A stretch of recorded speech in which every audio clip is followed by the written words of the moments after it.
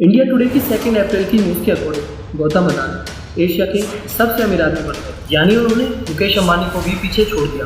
3 मई 2022 की न्यूज़ में आया था कि गौतम अदानी दुनिया के 5वें सबसे अमीर इंसान बन गए हैं और उनकी नेटवर्थ 123.7 बिलियन US डॉलर थी, यानी कि पूरी दुनिया में उनसे सिर्फ 4 लोग ही अमीर हैं, जो कि हैं Jeff Bezos, Elon Musk, Bernard Arnault और बिल गेट्स। जब ये सब हुआ तो सब लोग शॉक है। कई लोगों ने कहा कि इन्होंने बहुत मेहनत की है, जबकि कई पॉलिटिशियंस ने कहा कि यह बीजेपी से सपोर्टेड है। फॉर एग्जांपल, राहुल गांधी ने कहा था मोदी जी ने 45,000 एकड़ जमीन अदानी को ₹1 पर मीटर के हिसाब से दी है। तो आज की यह वीडियो इसी टॉपिक पर है। गौतम अदानी 24 जून 1962 अहमदाबाद, गुजरात में पैदा हुए थे। इस मिडिल क्लास गुजराती जैन परिवार में गौतम अदानी के 7 बहन भाई थे। ग्रेजुएशन करने के लिए अदानी ने गुजरात यूनिवर्सिटी में कॉमर्स में एडमिशन लिया, लेकिन सेकेंड ईयर में ही उन्होंने कॉलेज छोड़ दिया क्योंकि वो बिजनेस में ज़्यादा इंटरेस्टेड थे।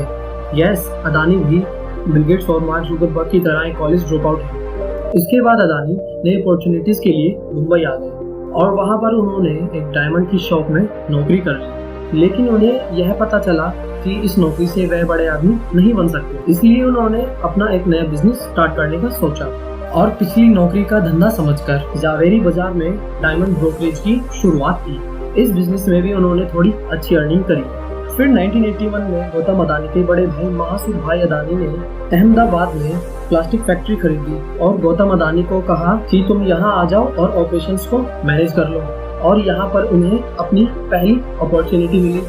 हुआ यह है कि गौतम अदानी के बड़े भाई की कंपनी को हर साल 20 टन PVC यानी पॉली विनाइल क्लोराइड की जरूरत पड़ती थी, जो कि इंडिया में IPCL इतना नहीं दे पाता था। तो गौतम अदानी ने यह सोचा कि क्यों ना मैं इस मार्केट में एंटर कर जाऊं। तो उन्होंने कांडला पोर्ट के थ्रू प्लास्टिक ग्रेन्यूल्स को इम्पोर्ट करना स्टार्ट कर दिया। तो इसके बाद उन्होंने एग्रेसिवली अपने बिजनेस को एक्सपेंड करना स्टार्ट कर दिया। 1993 में गुजरात गवर्नमेंट ने प्राइवेट कंपनी को अप्रोच किया कि वो मुद्रा पोर्ट को ऑपरेट करे, और 1995 में अदानी ने इस कॉन्ट्रैक्ट को जीत लिया। और यह एक बहुत ही इम्पोर्टेंट पार्ट था अदानी जी की लाइफ में, क्योंकि यह आज भी इंडिया का सबसे बड़ा कमर्शियल पोर्ट है। और यह पोर्ट इतना बड़ा ऐसे ही नहीं हो गया, इसके पीछे अदानी जी ने काफी मेहनत और बिजनेस स्ट्रेटजीज यूज करी है। फॉर एग्जाम्पल, जब अदानी जी को मुद्रा पोर्ट का कॉन्ट्रैक्ट मिला था तब यह रेलवे लाइन से कनेक्ट नहीं था, और जो बाकी गवर्नमेंट के 12 पोर्ट थे वो सारे रेलवे लाइन से कनेक्ट थे। अदानी जी ने सबसे पहले अपने सारे बिजनेस को मुद्रा पोर्ट के आसपास सेट कर दिया और फिर 12,000 करोड़ रुपए इन्वेस्ट करके इस पोर्ट को भी रेलवे लाइन से कनेक्ट कर दिया। मुद्रा पोर्ट के कॉन्ट्रैक्ट के जीतने के 1 साल बाद ही अदानी एनर्जी सेक्टर में भी आ गए, और यह कंपनी आज इंडिया की सबसे बड़ी पावर प्रोड्यूसर है और इसकी जनरेशन कैपेसिटी 12,450 मेगावाट है। इतना ही नहीं, यह इंडिया की सबसे बड़ी सोलर प्रोड्यूसर भी है। 1999 में अदानी ने कोल में भी एंट्री ले ली। इसके अलावा अदानी खाने की ब्रांड्स में भी आ गए, जैसे कि फॉर्च्यून्स के तेल, जैसे कि palm oil, mustard oil, sunflower oil, वनस्पति ऑयल एटसेट्रा। 2012 के बाद इनके बिजनेस ने बहुत ग्रोथ देखी और अलग अलग सेक्टर्स में एंट्री ली, जैसे कि इनके मेगा बिजनेसेस में इंक्लूड है 7 एयरपोर्ट, जिसमें से मुंबई एयरपोर्ट भी इन्हीं का ही है। Comparison with Mukesh Ambani. बहुत से लोग गौतम अदानी को मुकेश अंबानी से कंपेयर करते हैं, क्योंकि दोनों सेम एज ग्रुप के हैं, दोनों ही गुजराती हैं और दोनों ही एक्सट्रीमली रिच हैं। और कई लोगों को लगता है कि मुकेश अंबानी नहीं, गौतम अदानी धीरू भाई अंबानी के लेवल के आदमी हैं। इसके पीछे 2 बड़े रीजन हैं।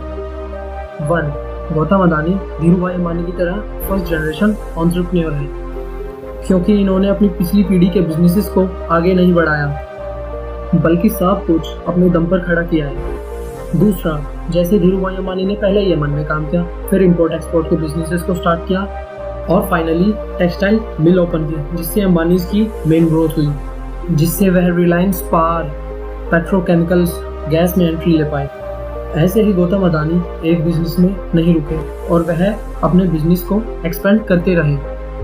एलिगेशंस, बहुत सी एलिगेशंस अदानी पर लगी है, जिसमें पहली तो राहुल गांधी की एलिगेशन है कि उनको ₹1 में 1 मीटर स्क्वायर जमीन मिली। और यह सवाल गौतम अदानी जी से भी एक इंटरव्यू में पूछा गया था कि मोदी सरकार ने आपको 1 रुपए में 1 मीटर स्क्वायर जगह दी है। इस पर गौतम अदानी ने कहा कि पिछली गवर्नमेंट ने जो जमीन 10 पैसे में भी दी है और हमारा कोई जमीन का व्यापार नहीं है, बल्कि हम एक बंजर जमीन पर अपने पैसे खर्च कर इंफ्रास्ट्रक्चर बनाते हैं जिससे उस जमीन की वैल्यू बढ़ती है।